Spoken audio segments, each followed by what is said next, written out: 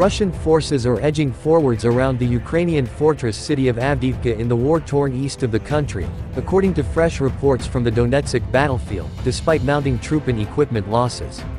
Russia's nascent offensive around Avdiivka, a heavily defended town on the outskirts of the Russian-occupied city of Donetsk and a major strategic prize in that portion of the front, began with serious casualties, but the losses do not appear to have dissuaded the Russian command from the operation. Russian forces conducted offensive operations near Avdiivka on October 24 and made confirmed advances northeast of Avdiivka, the Institute for the Study of War wrote in its Tuesday evening update. Geolocated battlefield footage, it said, indicated a Russian advance to part of a waste heap northwest of Avdiivka that dominates the surrounding landscape, giving units their significant fields of fire over the area below. Videos shared on social media showed a Russian flag raised above the waste heap, which was later destroyed by a Ukrainian drone. To the southwest, ISW cited Russian millbloggers who claimed Moscow's forces had reached a key railway line west of Krasnohorivka, plus gained ground near Vodian around 4 miles southwest of Avdiivka and Opti, 2.5 miles south of Avdiivka. Russian forces appear to be trying to encircle the settlement, advancing on its northern and southern flanks to cut off the Ukrainian forces defending there. Russian President Vladimir Putin and Defense Minister Sergei Shoigu have both played down the Avdiivka operation as an active defense, despite the significant resources committed to the effort. ISW has previously described the attack as a fixing operation designed to draw Ukrainian attention, troops, and other resources from its own offensive effort in the southwestern Zaporizhia Oblast, where a decisive battlefield breakthrough is proving elusive. The think tank has also suggested that Russia's force around Avdiivka will not prove strong enough to encircle the town. Earlier this month, ISW wrote that Russian operations including intensive artillery and airstrikes are likely intended to degrade Ukrainian forces around Avdiivka.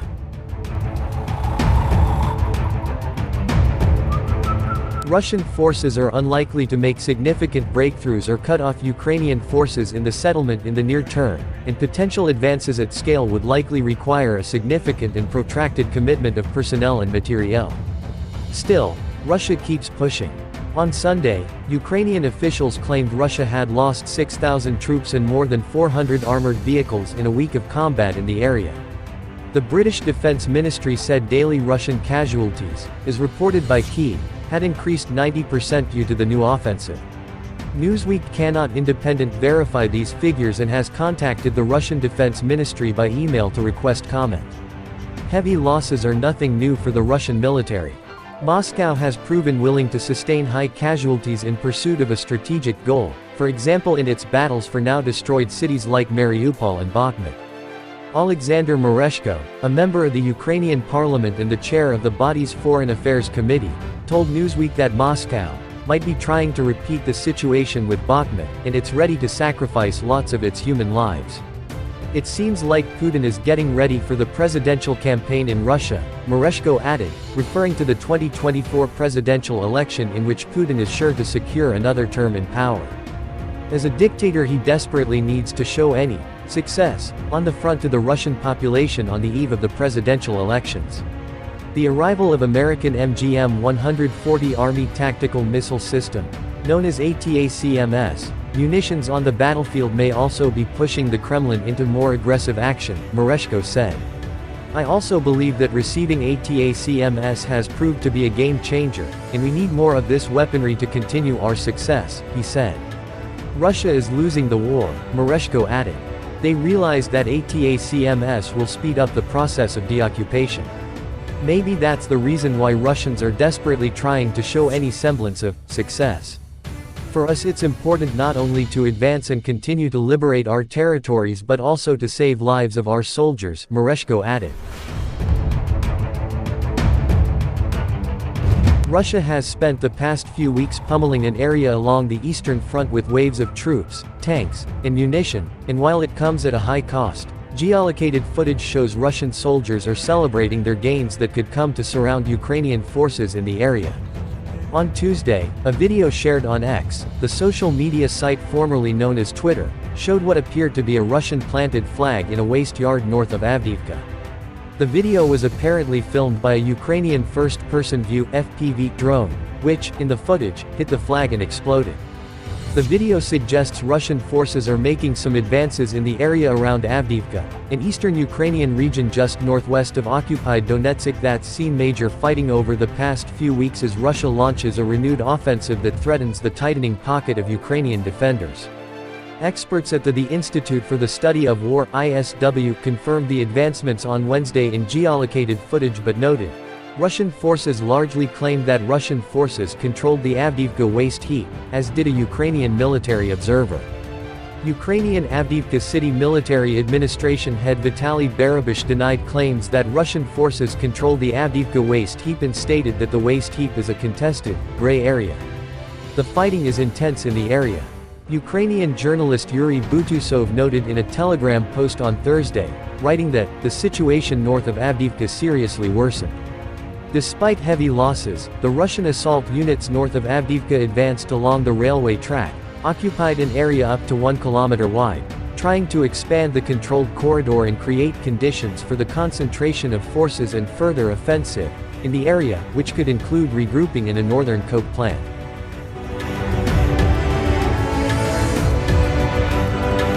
This is a very serious threat that needs maximum attention, Butusov added, because Russian forces are also attacking south of Avdiivka, effectively moving to surround the area.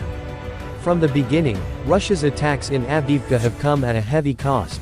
Its military appears to again be using human wave tactics, which involves sending masses of poorly trained and ill-equipped soldiers straight in frontal attacks. They previously employed this gruesome strategy, which a White House official recently said showed Russia has no regard for the lives of its own soldiers, willingly sacrificing them in pursuit of Putin's goals, last winter. But along with high casualties, Russia is also losing other assets in the area. Last week, ISW think tank confirmed Russia lost dozens of tanks and armored vehicles in the initial assault around Avdiivka. Combat footage shared by Ukraine's military on Friday shows what it says is the destruction of Russian tanks and armor in the area. Ukraine's Special Operations Forces (SSO) said it used a combination of FPV drones, US-provided Javelin anti-tank guided missiles, and mortars to wreck the tanks along with 4 armored personnel carriers, 2 tanks, and troops. But Russia appears to be absorbing these losses. If that continues, it is possible they could threaten to cut off the Ukrainian defenders much as they did in the battle for Bakhmut earlier this year. After their first wave of attacks earlier this month, Russian forces then regrouped and conducted a second wave of attacks around Avdiivka on October 20. George Bahos, the geospatial intelligence team led and a Russia analyst at ISW, said in a video posted Wednesday.